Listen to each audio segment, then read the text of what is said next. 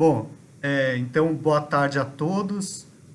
Hoje a gente vai falar sobre um livro do Isaac Asimov, que chama Azazel, né? A sugestão foi da Helena, né? Então eu vou passar a palavra para ela. Eu agradeço a presença dela, né? Passar a palavra para ela se apresentar e depois a gente começa a conversa sobre o livro, tá bom? Então, Helena, a palavra é sua. Muito obrigado. Boa tarde. Eu não sou professora, não atuo na área, só sou leitora, mas sou leitora há muito tempo mesmo.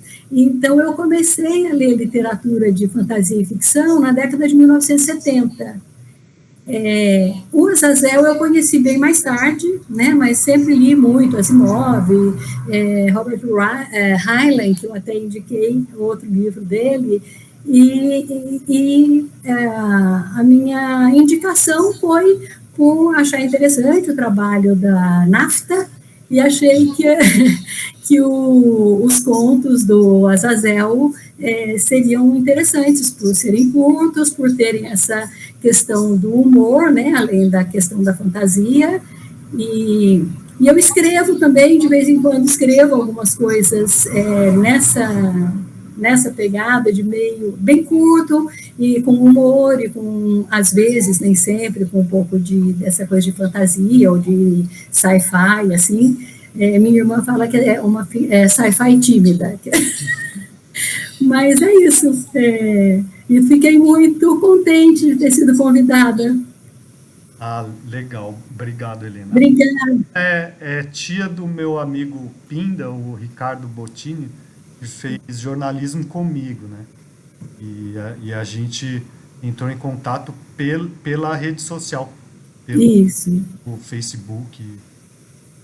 Enfim, o Pinda fez alguns trabalhos comigo de vídeo, né?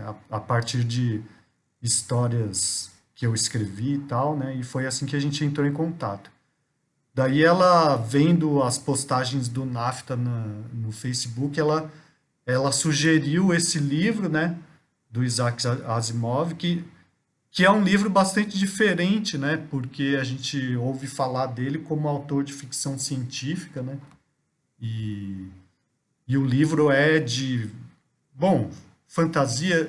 No próprio livro se fala como fantasia, né, na introdução do livro, né, mas é de humor também, né? Então é uma coisa bastante diferente, né? Eu não sei se vocês, Plínio e Anne, chegaram a ler os contos, né? O... Li sim, professor, li sim, sério, Aham. juro para você. Eu sugeri os dois contos iniciais, né? Mas assim, eu não cheguei a ler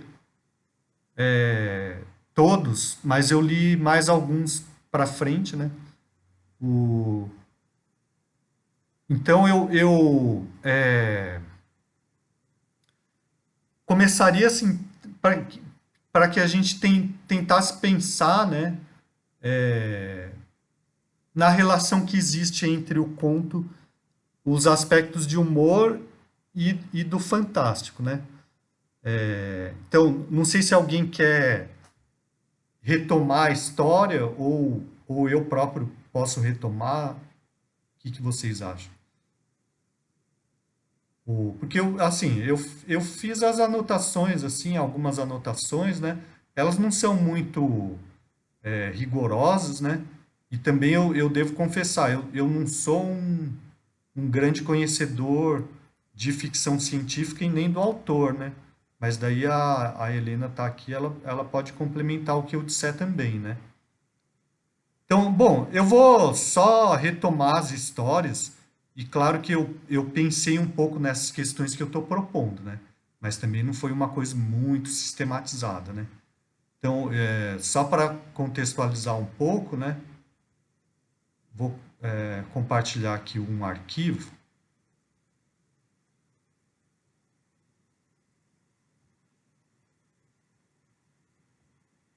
Bom, O autor, né, o Isaac Asimov, não sei se a pronúncia é essa, né, mas ele viveu nesse período aí de 1920 a 1992. Ele é russo, né, mas a família dele se mudou para os Estados Unidos quando ele tinha 3 anos. Então ele viveu praticamente a vida inteira dele nos Estados Unidos. Ele não falava russo, por exemplo, né? Escreveu em inglês, né? A obra mais famosa dele se chama Fundação. É uma trilogia que foi publicada, são 3 romances publicados.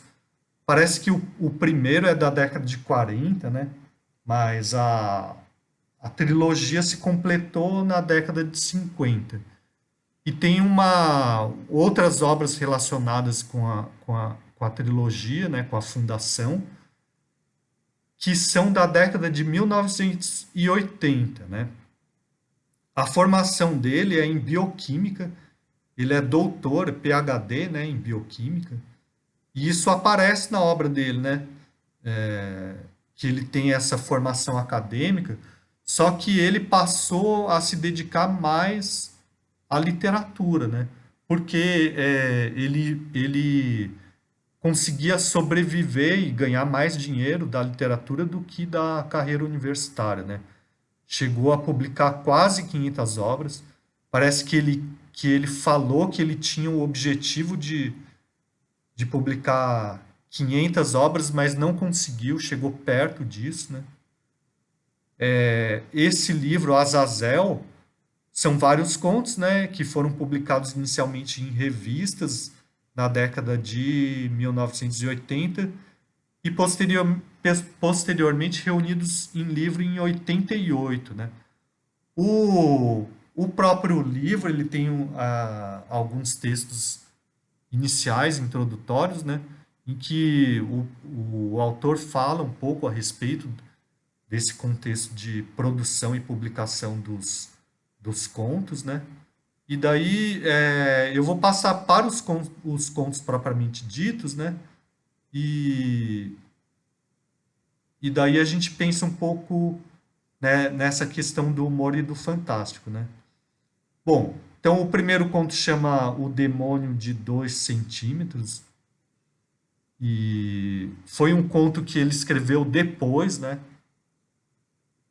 E o amigo, tem um amigo do narrador, o narrador seria mais ou menos identificado ao próprio Asimov, né? Esse amigo do narrador chama George Binnucci,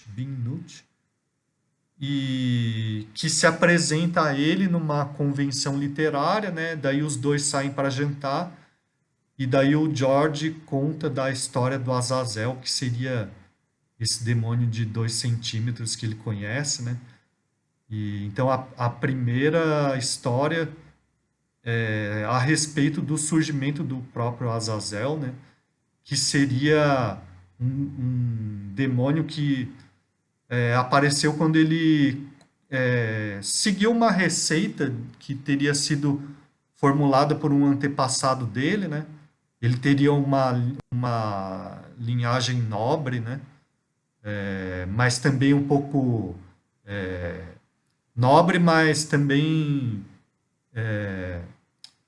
como que a gente chama? Quando não é um filho não legítimo, né? Da Dinamarca. Bastarda? Isso, bastardo. Um filho não legítimo, um filho bastardo de um rei da Dinamarca, né? Daí um descendente desse filho não legítimo teria descoberto essa maneira de conjurar os demônios e deixado um livro, e daí o George encontra esse livro e segue a receita, daí aparece o Azazel, né? O Azazel, ele faz bem a pessoas conhecidas do George, não ao próprio George, né? E a primeira história é da Juniper Penn, que seria uma afilhada do George, que se apaixona por um jogador de basquete, o Linder Thompson. Daí a Juniper quer se casar com esse Thompson e se tornar rica. né? E o George pede para o Azazel que ele realize o sonho da Juniper. Só que o Azazel, ele é um pouco atrapalhado, né? Então ele fala assim que ele quer ver um jogo de basquete, né? Porque esse Thompson é um jogador de basquete, e a maneira dele se tornar rico seria se tornando um grande jogador, coisa que ele não é, né? E daí o Azazel faz com que ele consiga incestar as bolas, né? Só que ele incesta as bolas nos dois lados da quadra, no lado em que ele está mais próximo, né? Então o time do Thompson acaba perdendo, né? E o Thompson ele é hostilizado pelos jogadores do time. E daí ele acaba se tornando doutor em física. E a afilhada do George se casa com ele, né? Daí ele. Só que a história, o desfecho é meio lamentado pelo narrador, né? E, e ele tá prestes a. Ele foi indicado ao Nobel, né? E outra característica do George é que ele gosta de jantar às custas do narrador, né? Então, não só o narrador paga o jantar, como ainda o George fica com o troco e o narrador ainda tem que dar uma gorjeta pro garçom. Só que a história, de acordo com o narrador, acaba valendo mais do que esse dinheiro que ele gastou, né? Daí a segunda história chama Uma Noite de Música, né? Então o George é apresentado ao leitor. A cada história é retomada a situação do George e do Azazel, né? Então ele conta as histórias do Azazel ao narrador exatamente após ter tomado 4 doses de uísque. Porque com 3 ele não se lembra, ele não reconhece, né? E com 5 ele adormece, o George, né? Então, dessa vez, o George, quando ele está tomando a 4ª dose de uísque, daí ele conta sobre o Andrew Mortenson, que desejava se vingar de uma mulher que lhe passara para trás com outro, né? Só que, ou seja, só que esse Andrew, ele já era casado, né? Então não era uma mulher, uma namorada, mas era uma amante, né? Daí, então esse Andrew comenta a história com o George, né? E daí o George fala sobre o Azazel. E que o Azazel poderia ajudar a concretizar esse plano de vingança, né? Então, a mulher cantava num coro, numa igreja. Então, o Mortenson, ele quer que essa mulher cante perfeitamente, mas só durante 3 horas. E daí, durante a celebração, isso de fato ocorre, né? Só que depois de ter perdido esse poder, o efeito é como se ela tivesse sido uma pessoa cega de nascença, que durante 3 horas fosse capaz de enxergar perfeitamente, só que depois deixasse de ver, né?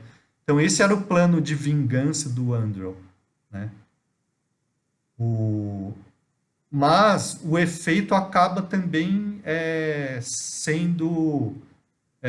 o efeito também acaba caindo sobre a plateia, né? Sobre aqueles que ouviram a mulher cantar tão magnificamente, né? Especialmente sobre aquele que encomendou o feitiço, ou seja, o Andrew, né? Então, aquele que queria se vingar da mulher foi quem acabou sofrendo mais intensamente ainda o efeito, porque justamente ele estava mais concentrado e na expectativa maior de que ocorresse o feitiço, vamos dizer assim, né? Então, o Andrew, ele acaba ficando praticamente incomodado com qualquer espécie de som, né? E o George, ele acaba ficando incomodado com outros tipos de música, e daí o narrador faz uma espécie de crítica, né, ao rock da época, né? Quer dizer, comparado ao som da canção daquela mulher, né, o rock seria um barulho, né, seria um ruído, né, indistinto, assim. Enfim, para quem está assistindo, eu acabei dando spoiler, né? Se alguém for assistir o vídeo, né? Mas a ideia é mais ou menos que analisar os aspectos, seja fantásticos ou humorísticos, como eles são construídos, né? E daí eu gostaria de ouvir vocês, né? Também, se quiserem complementar tanto a questão a respeito do autor, quanto dos contos e dos demais contos, para quem tiver lido, né? Enfim, eu gostaria de ouvir vocês agora.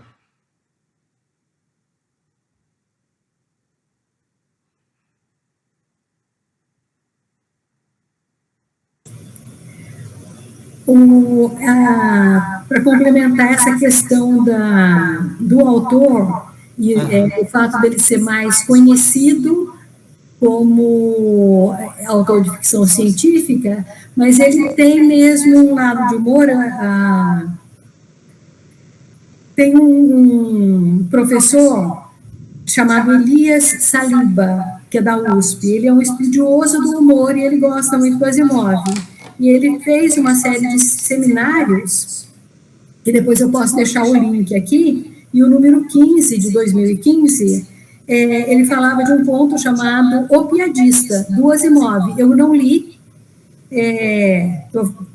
mas ele assim, o Asimov sempre tem, né, uma pegadinha de humor. Claro que nos livros mais conhecidos ele é mais o autor de ficção científica, mas tem essa, principalmente nas histórias mais curtas, ele tem essa pegada de humor mesmo. Então, só para acrescentar essa informação sobre ele, ele tem também um livro muito interessante que chama O Livro dos Fatos, que é nada mais, nada menos do que uma coleção de fatos incríveis. Só assim, nossa, você sabia que tal pedra existe uma pedra de tal tamanho, entendeu? É uma lista de fatos apenas, e que às vezes são até muito engraçados. Então, essa parte dele, do professor universitário, do cientista, né, do químico, ele era uma pessoa fascinada por fatos científicos, fatos estranhos. Então, tem também esse livro dele que se chama O Livro dos Fatos. É um livro muito grossão, que é uma lista de fatos que a gente não imaginaria que existissem. Era só isso. É interessante porque parece que alguns contos... eu estava lendo, mas eu não consegui ler todos, né? Os contos do próprio Azazel, né? Tem um conto que se chama O Ruído Abafado, que parece que deve ter sido inspirado em algum fato curioso desse tipo, assim, né? Que um determinado espeleólogo, né, produz um ruído num estalactite ou estalagmite, eu não sei, e talvez tenha sido inspirado em algum fato, né? Algum fato real, né? Porque parece bastante real, né? Assim, ou ter partido de algo bastante real, né? Embora depois, claro, tenha o aspecto fantasioso, né? Mas, enfim, Plínio, Anne, querem falar alguma coisa? Então, eu acho legal fazer essa pesquisa. Eu ia pesquisar sobre o autor do livro, né? Vou ligar a câmera, aqui tá no escuro, mas vou ligar. Assim, acho legal a gente pesquisar quem é o autor, o escritor, né? E a nacionalidade, a origem. Eu sempre gostei de me orientar por aí. E acabei me pesquisando, né? Agora, com relação aos contos, são 248 páginas, são não sei quantos contos, né? Você sugeriu os 2 primeiros. Parece que é uma sequência, né? O Demônio de 2 centímetros com o da música, parece ser uma sequência. Eu vi ali que é um devaneio, o sublime devaneio dele, né? Uma pira muito louca, né? Século XX, né? Foi legal que você apresentou a data de nascimento, né, dele, vai vir até 1990, né? Daí os anos 70, os anos 80 é o início da produção de ficção científica, devido ao grande boom da ciência moderna e tal. E daí eu vi uns devaneios, loucuras, né? Aí, assim, aquele lado que eu não estudo, que eu não leio, mas é aquelas ideias minhas da ciência oculta, que eu vivo falando o tempo inteiro, né? Igual hoje eu estava rindo no jornal hoje, tentando explicar as zonas de convergência dos Acas, não sei o que. Esses estudiosos estudam, né, a ciência moderna, ela não requer reconhecer a origem da metafísica, né, do mundo oculto, né, infelizmente. Mas voltando aí para a ideia do escritor, legal, eu vejo seus devaneios, né, uns devaneios parece que ele quer misturar um pouco de misticismo com fenomenologia, com umas doideiras, né, aí quer dizer, ele tem que estar entorpecido com álcool também e tal, né? E aí, sei lá, parece que algo que me fez lembrar também interessante foi, né, que toda a produção cinematográfica, falando, né, da produção de ficção, né, ficção científica, ela tem como é que diz, teve toda a inspiração, toda a orientação lá na literatura fantástica, né? Lá no início, na verdade, né? Para se dar o direito de, como é que fala, de ir para de viajar no tempo e no espaço com os mais sublimes devaneios, como dizia uma amiga minha espanhola. É isso. Se for a ter ali as ideias ali, aí eu vou ficar detalhando tudo. É isso da minha parte. Certo, Plínio. Os livros primeiros dessa série chamada Fundação são das décadas de 40 e 50, né? E esse Azazel é da década de 80, né?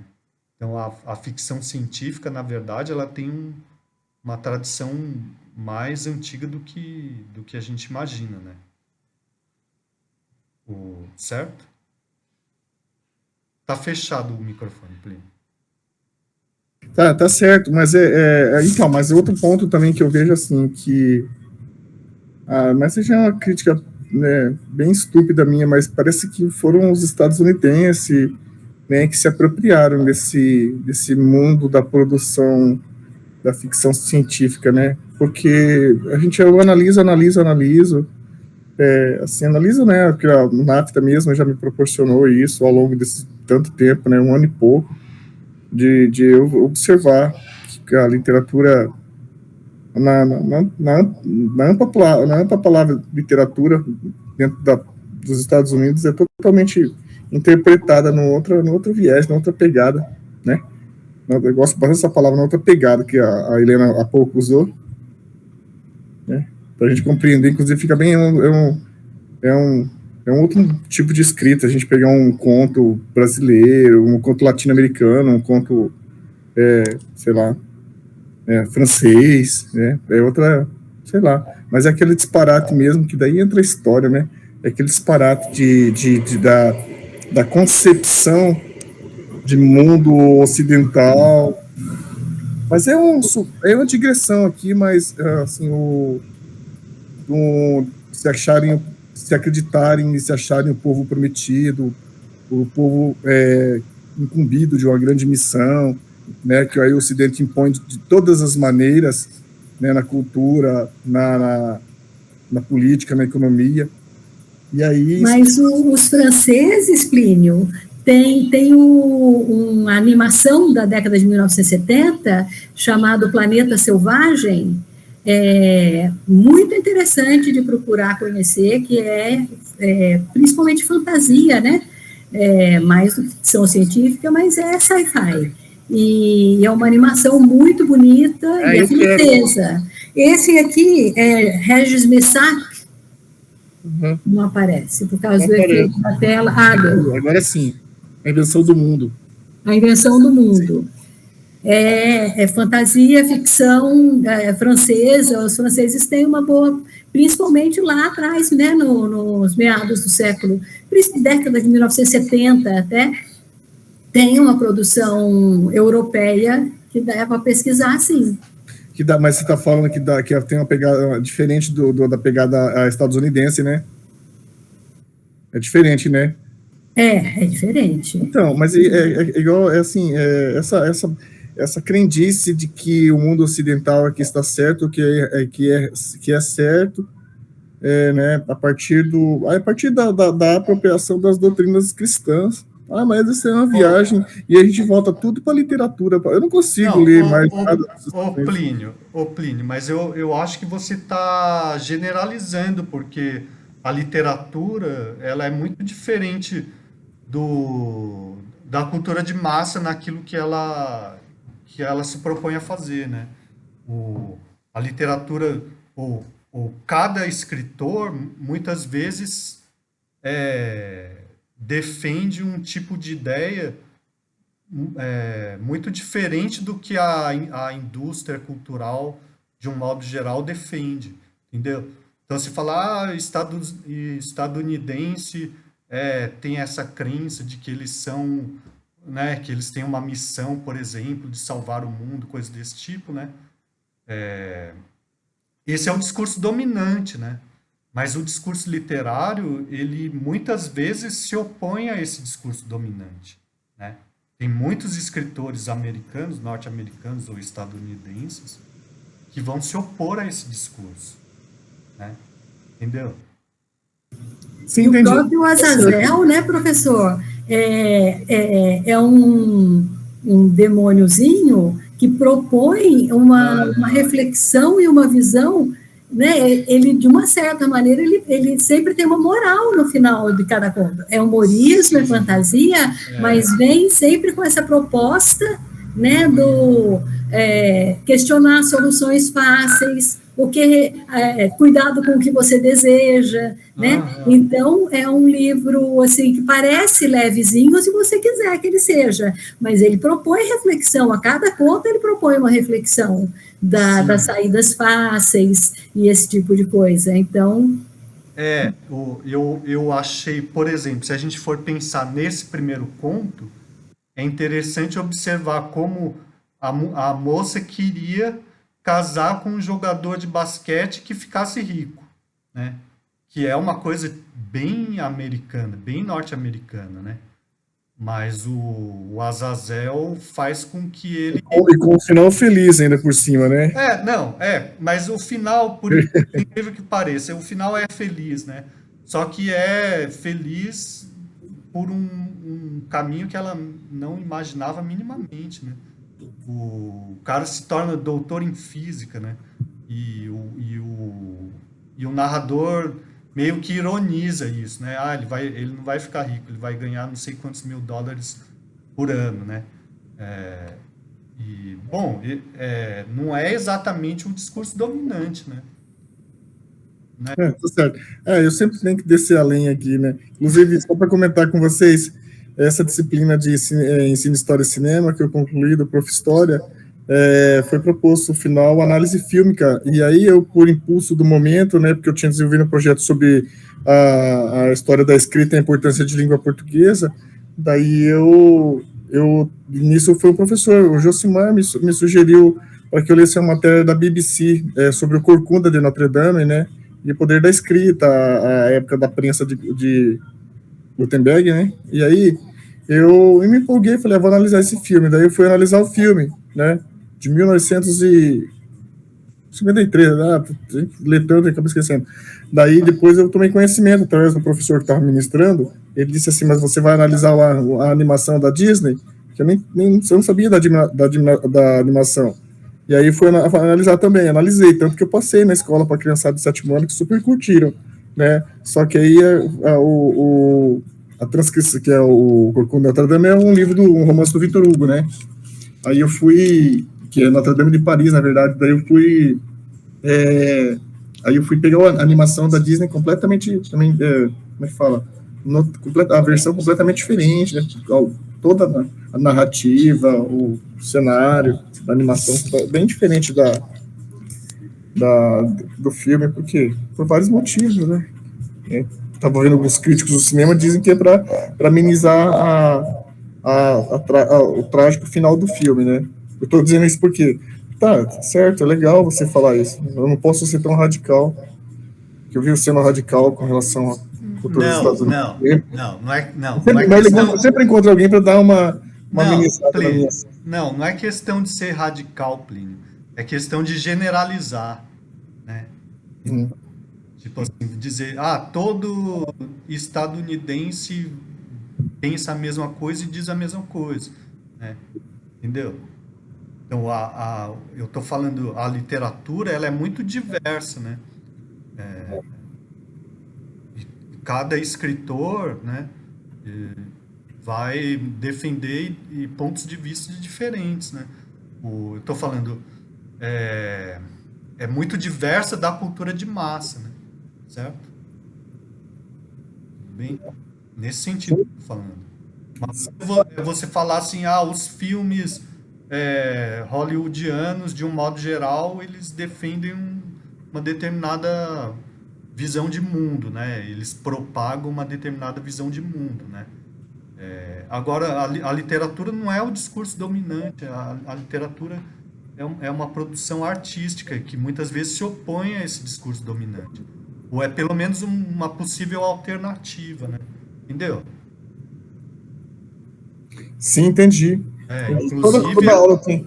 Sim, toda aula, todo nosso encontro eu tenho que sempre me lembrar e sempre tenho que exaustivamente repetindo para falar daquele artigo que, inclusive, nós temos um amigo em comum, é o Antônio Celso Ferreira, que ele produziu um artigo que, olha, foi dos anos 90, que a literatura fonte fecunda para a história, o artigo tem 30 páginas. Quem ia ler esse artigo, acho que não conhecê-la, mas pela conversa de agora, a Helena ia, com certeza, gostar bastante. Eu te mandei ele, tá? Deve estar no Classroom. Que é muita coisa que eu acabo recebendo, inclusive de sugestão, né, de leitura. Mas ele próprio, ele vive lendo escritores norte-americanos. Não sei se você percebeu lá, ele muitas vezes cita lá autores e livros norte-americanos que ele tem lido, né? O próprio Antônio Celso. Sim. Sim, ele tem uma vasta leitura, ele tem seus 70 anos, né? Ele é das letras e da história, ele aprecia muito a literatura, né, em geral. Mas a literatura realmente ela é incrível, a gente não pode, né? Eu aprendi a gostar cada vez mais da literatura para ser como fonte para a história, né? Mas é a literatura fantástica, ou é algo nesse sentido, tem um Horto em Piada, que é rejeitado na história para alguns dentro da historiografia, né, da teoria da história, por alguns, mas a literatura, eu vejo, fala, como é que fala? Fala na imaginação que tem no contexto de realidade, né?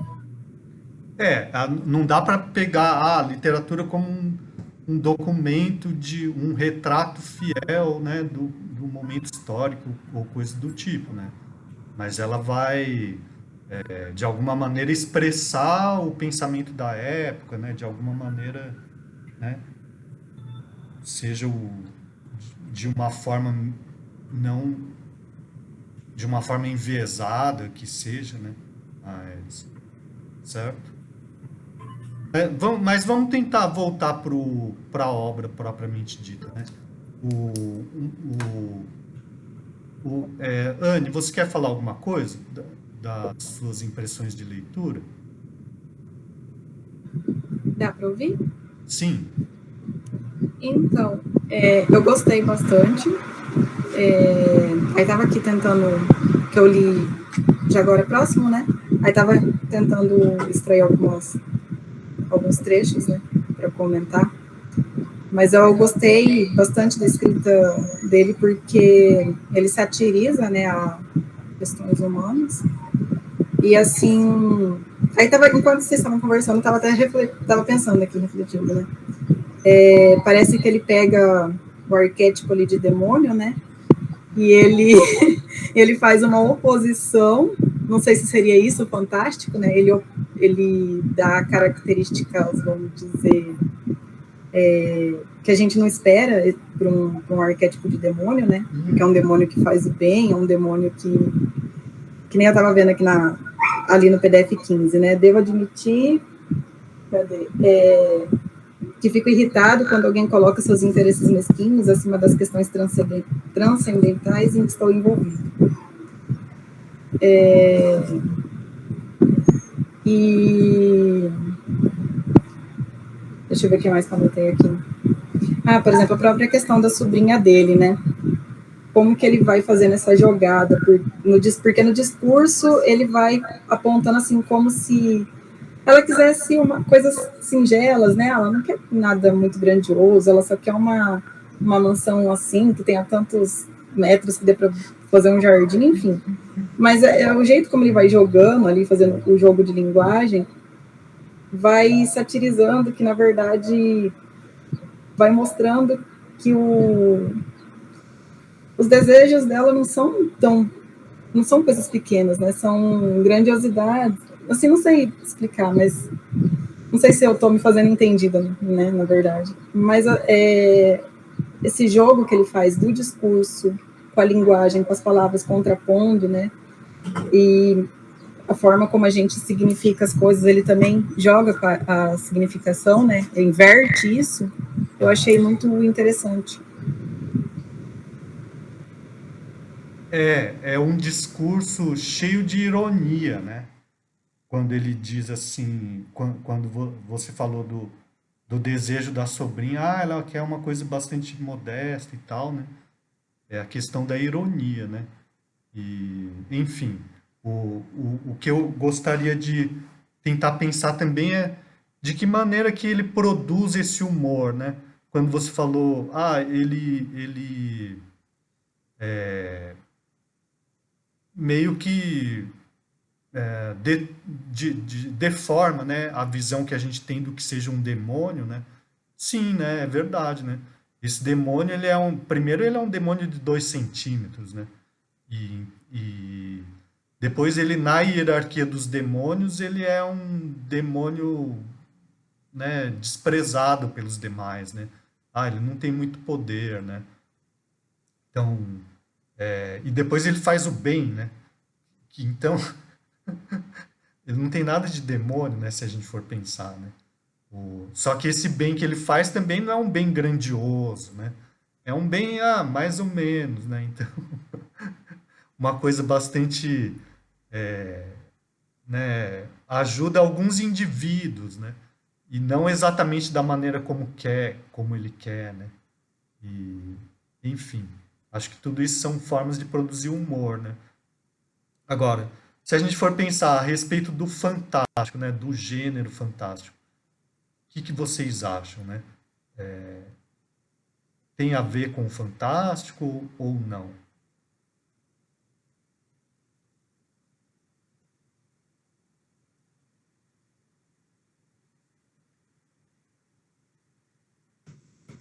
Porque é muito amplo, né? O fantástico vai desde, eu acho que a gente pode dizer que uma parte da literatura de terror, talvez, né, já começa o fantástico ali, da existência desses seres, os cachorros estão latindo aqui na rua, que não são os seres normais que a gente está acostumado. Então, vem desde lá de fantasmas. Hoje em dia tem os vampiros e os zumbis, né, que estão na moda, na parte e vão até a ficção científica com extraterrestres, então, passando por uma gama muito grande.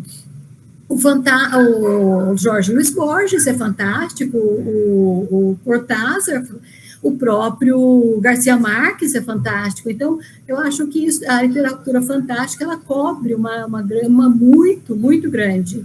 E sim, o Azazel, ele tem 2 centímetros. Desrespeita as leis da física, é um demônio, ele é fantástico. Com certeza ele mas eu acho que o Jorge é fantástico também. Fantasticamente chato. Que amigo chato que o cara arranjou, cara. Não, é que é assim, né, Helena? Tem uma maneira mais ampla de conceber, né? Que é essa maneira que você está falando. Uma variedade enorme de estilos de texto, de tipos de texto, né? Que de alguma maneira se contrapõe ao realista, né? Então, né, vários gêneros, né? Em que e todos eles têm algo de sobrenatural ou de fantasioso, né? Mas existem algumas formas mais restritivas de se pensar o fantástico, né? E uma delas é assim, num mundo realista tem algum fenômeno sobrenatural e esse fenômeno ele gera uma dúvida sobre se ele de fato aconteceu ou não, né? Essa é uma maneira mais restritiva de pensar o fantástico, né? E então essa seria mais própria do fantástico do século XIX, né? E o fantástico do século XX é do Borges ou do Cortázar, por exemplo, né? Que é um tipo de fantástico que tem como efeito fazer com que o leitor ou o espectador comece a se questionar a respeito da própria concepção que tem da realidade, né? Então, basicamente, nesse sentido mais restrito que eu estou perguntando, né? Se o Azazel pode ser considerado fantástico ou não, né?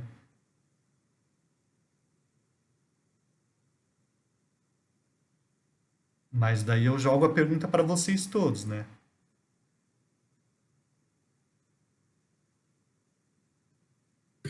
Nós já tivemos contos mais loucos ao longo desse longo curso.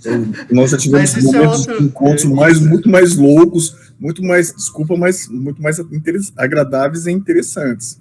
Não, mas louco não é um conceito.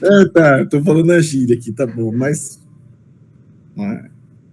Não, mas estou falando de fantástico.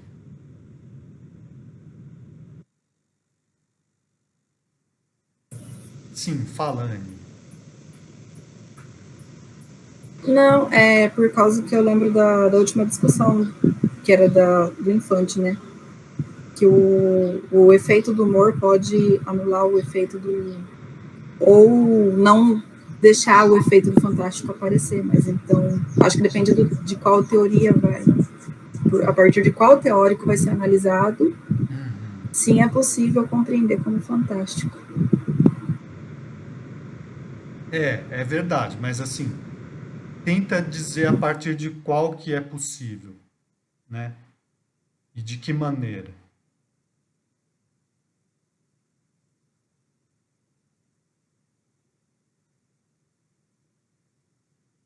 Você Estou consegue... pensando, estou formulando aqui. Tá bom. Porque eu acho que o comentário da Helena, né, já leva um pouco para essa possibilidade, né? Ela fala, o George é fantástico, né? Em que aspecto, né? O George, peraí, a senhora apontou ele como o amigo do narrador. Não sei, mas me veio também a possibilidade do próprio narrador ser então, fantástico. Não sei se é possível. No caso, assim, o que poderia fazer com que a gente duvidasse do aspecto sobrenatural ou não do Azazel, né? É isso, né? Isso é que faria com que o conto fosse fantástico de acordo com a teoria do Todorov, né?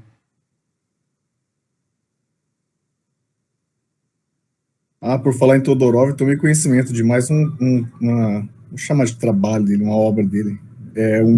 Acho que é um mini livro, não sei, é bem pequeno. A Literatura em Perigo, já ouviu falar? Aham, sim, sim. Não sei se é um livro, eu tenho quase É um 50, livro. 60 páginas. Aham, bem interessante, já é mais do final, né, da trajetória dele. E daí ele vai desconstruir tudo o pressuposto estruturalista dele, né? Já não se sustenta mais, né? Nesse livro aí, né? O, Então, todo conto, todo encontro, para debater os contos, você fica abordando essa questão da não, é porque dimensão para. da dimensão do fantástico, né? Daí agora hoje, assim, aí você falou do Borges e tal, e eu acho que eu vou aprender, eu quero aprender ainda a saber selecionar e delimitar tanto autores quanto conteúdos dentro dos contos, né? Por exemplo, como a Anne, que eu acho que é a primeira vez que eu estou falando com ela, está falando, né, de alguns essas fatores que influenciam o humor, a piada, ou aquela cena, aqueles trechos mais dramáticos, digamos assim, que vai caracterizar como é que fala, com mais importância algum conto para ser fantástico. Será que tem que ser sempre o drama? Né? Talvez será que por ter uma pegada mais humorística a gente não acha tão fantástico. Tem que ser igual eu não vou ficar agora tentar lembrar de todo, mas teve uns momentos já que, claro, quando sempre que a sala estava mais pessoas, hoje está faltando aqui grande participação que é do Gabriel, né, Gabriel? Sim, o Gabriel, Gabriel é Gabriel um tem deles. umas contribuições muito interessantes, né? Outras pessoas que não estão aqui, que eu não lembro o nome agora, mas assim, parece que a gente sempre tem que levar isso para esse viés do drama, da suspense ou fatores desse tipo que, né, dessas características que leva a gente a acreditar que seja mais fantástico. É igual falando nisso, né? Vou mencionar novamente, a Anne não estava aqui na sala ainda, quando eu ouvi a imagem da Helena, né? E falei, lembrei do Mochileiro das Galáxias, né? E a gente pensa que não tem ficção científica, a gente pensa que igual eu estava falando, parece que a gente não tem tanta importância ali, né? A pegada que assim, eu já vi eu estava vendo alguns vídeos, né? Sobre algumas resenhas. E é bem complicado, bem complexo assim, dar a pegada de entender o Mochileiro das Galáxias, né? Tanto o filme quanto o livro. Sei, eu não vi, para falar a verdade. Mas uma coisa que eu posso dizer é assim, ó, a ficção científica, né, a diferença da ficção científica do fantástico, né, é que na ficção científica, aquilo que é aparentemente sobrenatural, né, vai receber uma explicação supostamente científica, né, e mesmo que seja de uma ciência não contemporânea a nós, né? Ao nosso tempo. Então, grande parte das histórias de ficção científica se passam num futuro, levando em conta o momento em que a história foi produzida, né? E daí, por isso, a ciência do futuro seria capaz de explicar, por exemplo, a viagem no tempo, né? Ou coisas do tipo, né? Ou de provar a existência de, de seres extraterrestres, assim por diante, né? Ou como ou nave espacial. Nave espacial já existe, né? Mas assim, enfim. Então essa é a especificidade da ficção científica, né? Agora, o, as obras de ficção científica elas são muito diversas entre si, né? Então, o, o, voltando àquele ponto lá do discurso não dominante, né? Norte-americano não dominante, por exemplo, o Bradbury, né? A gente leu alguns contos das Crônicas Marcianas, né? É justamente uma crítica à colonização, por exemplo, né?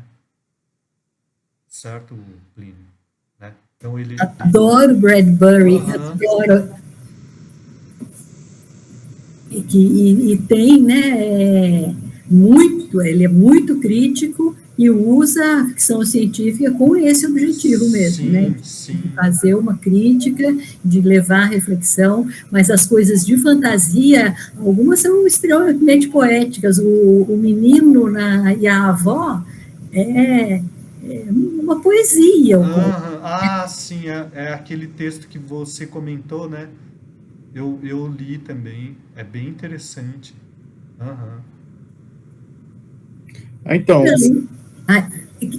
Por exemplo, esse conto, né, que eu não estou lembrando o nome agora, mas cai nisso que você perguntou do George, porque ali fica uma dúvida para o leitor, o menino, também vou dar spoiler, o menino realmente desapareceu ou não, né, porque é uma linguagem tão simbólica que Sim. você não sabe se aquilo é fantástico ou se aquilo já vai mais para o lado mesmo da emoção de cada um, né?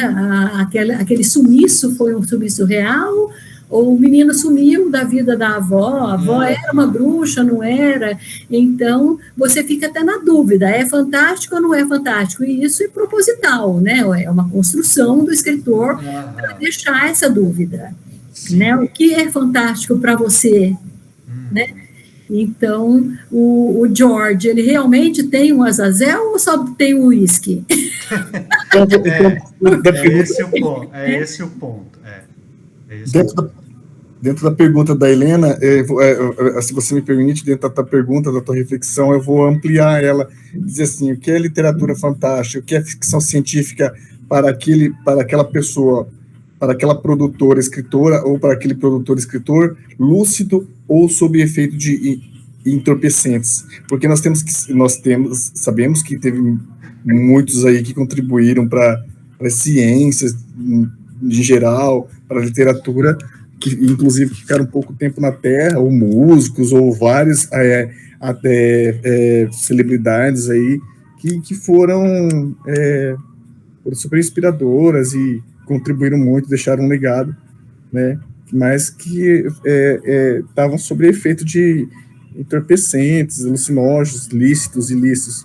Já tem aqueles que também produzem de uma maneira mais racional, né? Aí dentro Sim. dessas ideias aí, tempo atrás, eu fiz um curso de teoria da história com o professor da Assunção, do Rio, né, da UF, ele tá ligado na Rural e tal, e as aulas pesadas, teoria da história é pesadíssima, as ideias com ele, nossa, só os slides dele, né, falando de que nós teremos a oportunidade, através da ciência, de revisitar o passado de uma maneira viva, real, muito fascinante, louca, realmente, sabe, através dos mais diversos recursos tecnológicos que teremos no futuro, né, a Sim. possibilidade de reconstruir, de reconstrução do passado. E daí entra, né, a ficção científica dentro disso também. As ideias, você ouvir ele nas aulas de teoria da história, fala, não, mas isso aqui não é teoria da história, é isso, mas é uma ideia, sabe, incrível, assim. Ele tem bastante produção, José da Assunção Barros. Uma questão interessante também a respeito do Asimov é que grande parte das coisas que ele previu, né, nas obras dele, acabaram acontecendo, né, no aspecto tecnológico, assim, né. Então, por exemplo, isso mesmo que a gente está fazendo, né, que é, né, a maneira como a gente se comunica, né, é uma espécie de telefone, só que vê a imagem, né, coisas desse tipo, esses autores de ficção científica, eles antecipam, né, e claro que muita coisa eles não antecipam, né, e, né, por exemplo, que alguém vai acreditar em terra plana no século XXI, né? Esse tipo de coisa eles não imaginam que possa acontecer, né? Mas enfim. Mas a questão do fantástico é essa mesma, né? Nesse conto, né? O, o George, né? Quer dizer, tem um narrador que conta a história de um amigo que ele conhece, o conhecido, que é o George, que conta a história do Azazel, né? Então, né? E em todos os contos ele questiona se o George está falando a verdade ou não, né? E em todos os contos o George ele só conta do Azazel quando ele está bêbado, né? E tem que estar num grau de embriaguez. Então, mas aí sabe que esse segundo ponto, esse segundo sequência, a música, falando na música, talvez ele também entrasse em transe, bêbado, e aí esse segundo, a segunda parte aí que fala da música, né? Que a música influencia em tudo, né? Tudo, em cada momento da nossa vida, o que a gente está ouvindo, né? Até para inspirar, para escrever, para estudar, para ler, né? Eu achei bem interessante esse conto porque ele contrapõe, embora seja humorístico também, né? A, a parte que ele fala da música da mulher cantando é de uma descrição de algo sublime mesmo, né? Então né, é bem interessante porque a gente que o humorístico ele acaba não sendo só cômico, mas ele tem algo de sublime dentro do para criar o contraste, né? É uma coisa que eu destacaria também, né? E, enfim, o que mais? Que... deixa eu ver aqui as anotações que eu fiz, né?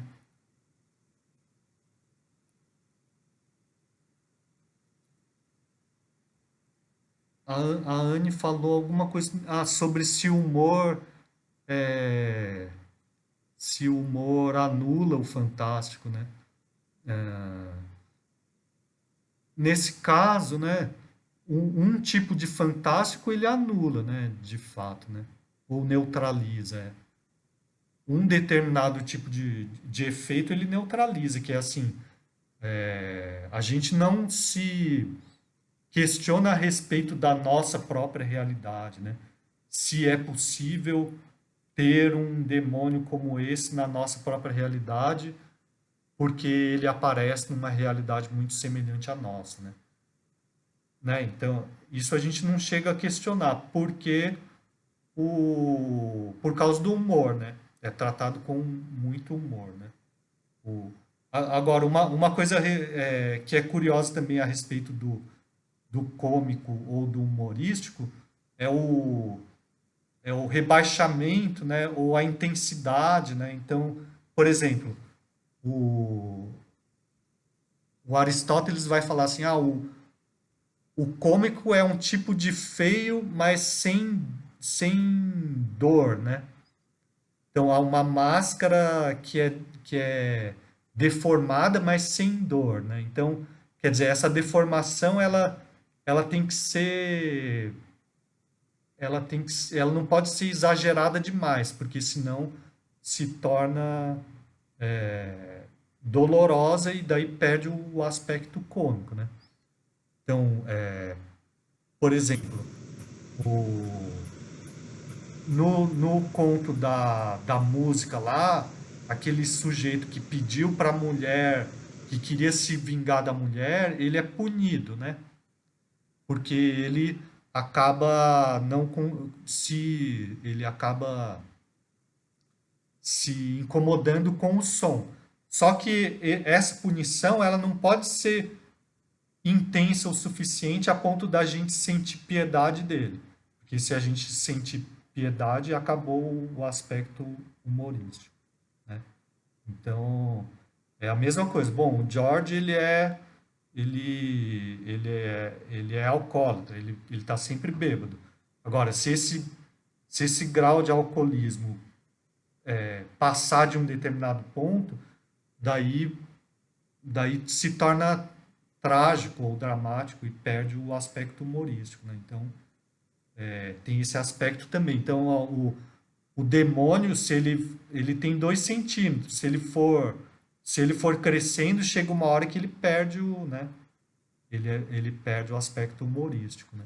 Então tem que rebaixar tudo para ser cômico, né? Muito legal isso. É, Sim. Então a própria ideia de ser um demônio também é um rebaixamento. Ser um demônio de 2 centímetros também é um rebaixamento, porque o demônio é uma autoridade, né? Só que nesse caso ele, né, é rebaixado, né? Certo? Mas isso é uma outra ideia, a ideia do Freud, né? que legal. Que é uma sequência dos contos aí, né? Sim. Todos ele começa que ele tava no bar, que ele tava bebendo. Todos. É porque todos vão ser. Todas as histórias vão ser contadas pelo George para o narrador, né? E o George tá sempre bêbado, né? E ele só conta as histórias quando ele tá bêbado, né? E só ele vê o Azazel, né? Nossa, mas eu achei isso muito interessante, porque, por exemplo, você lê Kafka e você fica com medo de virar barata, e ele é terrível, é aterrorizante, e né, é dolorido mesmo. Então, essa diferença da dosagem, você poder ser punido por um diabinho, ou você... Porque a gente acredita que pode virar barata. E fica apavorado que você vai virar uma barata um dia, e você já virou uma barata do capitalismo. E, no entanto, no humor, a coisa vem de uma maneira que, como você disse, não dói, né? Não assusta. Então, você fica mais à vontade com aquilo, mesmo que seja terrível, mesmo que seja uma reflexão, né? Muito interessante, gostei demais disso. No caso dosagem, né? A quantidade exata para ser humor ou não ser humor. Muito bom. Outra coisa também é o quanto a gente se identifica com o personagem, né? Se a gente se identificar com o personagem, então acaba se identificar, a gente sentiu o sofrimento que o personagem está sentindo. Daí perde o aspecto humorístico, né? Tem que ter uma distância, né? Uma distância afetiva, né? Para ser humorístico também, né? Ou melhor, para ser cômico, né? No caso do Kafka, o que acontece é que o aspecto realista de tudo que acontece em volta é tão realista que mesmo que seja um disparate completo ele ter acordado transformado num inseto monstruoso, né? O resto é realista demais, né? E até a descrição do inseto é muito realista, né? E a preocupação dele é extremamente realista, que ele quer trabalhar, né? Ele acordou, ele tem que trabalhar, então ele, né? Pois é, por mais absurdo que seja, né? Mas então o efeito da metamorfose é terrível por isso, né? Porque todo o resto é muito realista, né?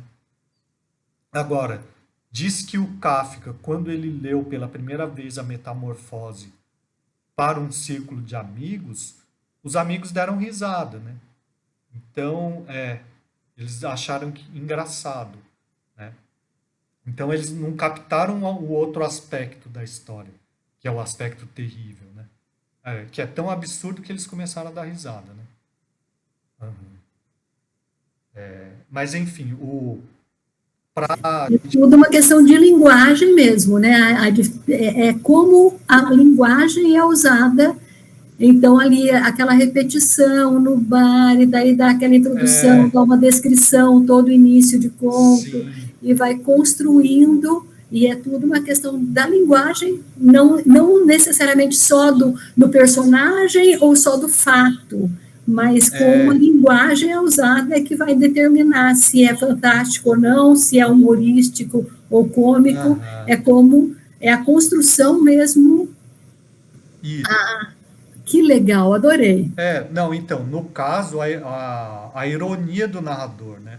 narrador é bastante irônico, a gente percebe isso em vários trechos, vários comentários, né? Como o que a Anne observou, por exemplo, né? Então, e, e o próprio George, ele é construído de uma maneira que a gente não dá para levar ele a sério, né? Ele fica falando bem de si, né? Ele fica criticando o narrador, que a gente percebe que o narrador é muito mais instruído do que ele, né? E coisas desse tipo, né?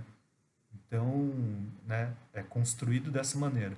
Só que assim, mesmo assim, depende também da maneira como o leitor se envolve, né, com o texto, né? Sempre, né, por incrível que pareça, né?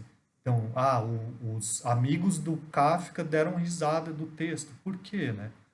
Não entenderam o aspecto terrível e realista, né? Tão terrível e realista que o texto tem, né? Fábio, Fala. a Helena, primeira vez também, conhecendo a Helena também, eu estou tentando lembrar, já faz dias, foi, inclusive, recomendação do Daniel Abrão, tem vou chamar de intelectual brasileiro, né, do cinema, da literatura, que ele fala que para a gente aprender, para a gente, cidadão se tornar mais culto, mais erudito, né, intelectual, vamos usar essa palavra, é preciso estar conviver em todos os ambientes, os espaços, com todo tipo de pessoas. Ele fala de ir pro bar, beber um café no bar da esquina. Se você conhece quem que é, não é o Marçal Aquino. O Marçal Aquino tem um literato, tem um estudioso da literatura que fala. Estou falando isso porque o narrador aí vive num bar, né? Aí ele cria esse personagem Azazel aí, e ele é o próprio, né, o próprio escritor e essas ideias todas aí, né? E daí talvez ele fosse pro boteco e a vida dele fosse mais engraçada.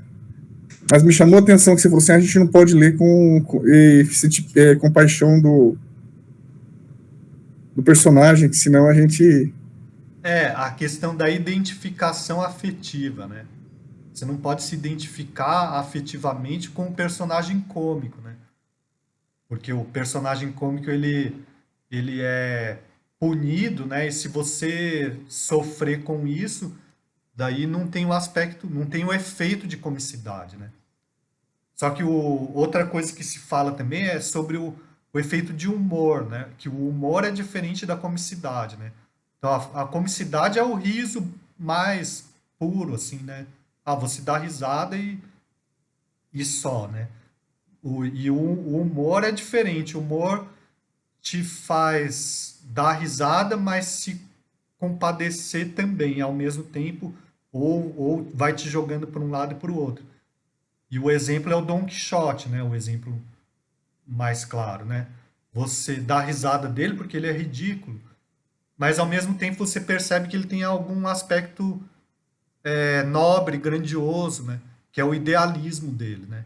Então você também sente pena dele, você se compadece. Daí você é jogado para um lado e para o outro. Às vezes você se identifica e às vezes não, né? Então esse é um outro efeito que é o do humorístico e não do cômico, né?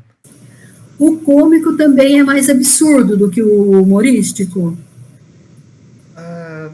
Acho que não necessariamente, né? Não sei. Eu nunca pensei a respeito disso. Eu acho que o absurdo também pode ser humorístico, né? Por exemplo, Esperando Godot, né? É absurdo, mas é humorístico, né? Que é, né, a gente... Bom, enfim, é uma obra extremamente densa, né? Mas é absurdo e é humorístico também, né?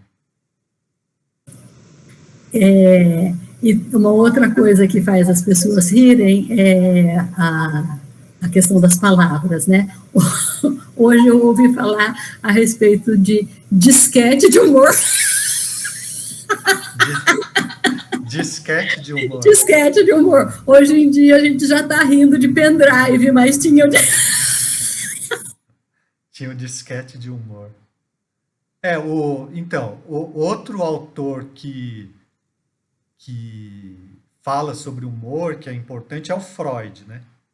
E ele vai tentar explicar assim, para ele o humor é quando a gente libera uma energia utilizada para reprimir determinadas pulsões. Eu não sei se eu estou usando os termos psicanalíticos da maneira correta, né? Mas tem uma determinada energia que a gente utiliza para reprimir determinados instintos, né? Como, por exemplo, o instinto de agressão, ou instinto sexual, ou outro tipo de instinto que a gente não pode liberar no convívio social de maneira completamente tranquila. Então, a gente usa uma determinada energia para canalizar. Daí a gente usa uma determinada energia para controlar esses instintos, né? E o humor, ele permite a gente liberar essa energia. Então, por isso que a gente dá risada, por isso que tem tanta piada com as questões sexuais, né? Porque a energia sexual a gente está sempre mantendo sob controle, né? Ou a energia de agressividade, né? Para um bom convívio a gente controla, né? Então, também por isso que rebaixar uma autoridade é algo engraçado, porque a gente tem que manter, né? A autoridade é quem a gente menos pode agredir. Então, se você rebaixa a autoridade, você dá risada. Então, por isso que eu falei do demônio de 2 centímetros. Você rebaixa. Sois rei, sois rei, sois rei. Lembra do Jô Soares? Sim. Uma autoridade, né? Era aquele rei baixinho, né? Mas eu estou falando isso por quê? Por causa da linguagem, que o Freud vai explicar também, para ele, a graça dos trocadilhos, né, da linguagem, né, que é uma maneira de dar risada da linguagem, mostrando o aspecto falho dela, ou que a gente pode brincar com ela, enfim. Ou o próprio nonsense, né? O nonsense, você dá risada da racionalidade, da razão, né? Quer dizer, é a maneira como Freud explica, né? O porquê que a gente ri de determinadas coisas, né? No caso, por que a gente ri de trocadilho? Por que a gente ri de nonsense? Por que a gente ri de piada pornográfica ou sexual com duplo sentido? Coisas desse tipo, né? Ou de piada que agride alguém, né? Que a gente não pode agredir de fato na vida real, né? Uma autoridade, né? Enfim, né? Mas, bom, o que mais a respeito do conto, hein? A gente falou do fantástico, né? Que é a mentira, a possível mentira, né? Eu acho que, na verdade, basicamente tudo que eu anotei a gente falou, né? Mas claro que a gente pode falar mais coisas, né? Por exemplo, nos 2 contos tem sempre um caso amoroso, né? Que o Azazel vai influir sobre, né? E daí eu fiquei pensando se todos seriam assim, mas na sequência eu vi que não, né? Tem um que é esse da caverna, do estalactite, do estalagmite. Então tem uma variação aí, né? Porque são vários contos tendo o Azazel como personagem, né? E o George, né? E o narrador, né? E sempre o Azazel vai ajudar alguém, mas sempre vai ter essa ambiguidade se aquilo é verdadeiro ou não, enfim, né? Eu acho que seria interessante a gente, né, ler mais alguns, né? E talvez voltar a discutir, né? Eu também não li todos, mas li vários. Só que eu tive o Covid no começo do ano e prejudicou muito a minha memória. Então, como eu não li hoje o conto, eu li esses dois, né, agora, de novo, para poder falar a respeito, porque senão eu esqueço tudo. É incrível. Realmente perdi muita capacidade de memorizar coisas depois da Covid. Então, realmente teria de ler outros contos para poder lembrar deles, que não é porque eu estou velha, não, gente, é por causa da Covid, juro para vocês. Não, muita gente está falando que prejudica a memória mesmo, né? Mas também que tem como recuperar, né? Parece. Mas enfim, alguém mais quer falar alguma coisa desses dois contos ou algo que tenha lembrado? Anne, Plínio. Não, eu tô de boa, eu só acho assim, realmente ele dá sequência em todos os contos, né, na verdade, um conto complementa o outro, completa e complementa o outro, né? E aí, para chegar do início ao fim, pelo que eu estou observando, conferindo, um conto complementa e completa o outro, o seguinte, né? Por isso essa é uma narrativa que tem que ser, digamos, meio que linear, essa narrativa, e por sequência aí. Pelo jeito. Na verdade, eles não são. Não necessariamente precisam ser lidos numa sequência, porque o que relaciona, o que estabelece a relação entre todos eles é isso, são os personagens, o Azazel, o George e o narrador, né? Então são vários casos que têm esses personagens em comum. Beleza, então. Vai tranquilo. Anne, você quer falar alguma coisa?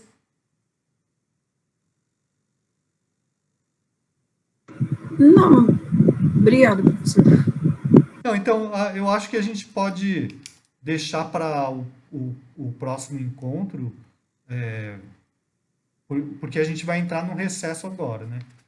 E a gente vai voltar em fevereiro, né? Daí a gente lê durante as férias e em fevereiro escolhe alguns e conversa, né? O que vocês acham? Tudo bem? Tudo bem. Tudo bem. Tá. Então, a Helena, se ela quiser, ela me passa um e-mail que eu passo você no Google Classroom, que a gente se comunica por lá. Tá, joia. Eu agradeço muito o convite, foi muito agradável conversar com vocês, aprendi um monte de coisa, foram umas ideias muito interessantes que surgiram, gostei muito, obrigada mesmo. Obrigado, Helena, a sua participação foi ótima, assim, desde da sugestão que você deu, né, até, assim, toda a sua bagagem de leitura, né, e a gente tem muito a aprender com você também.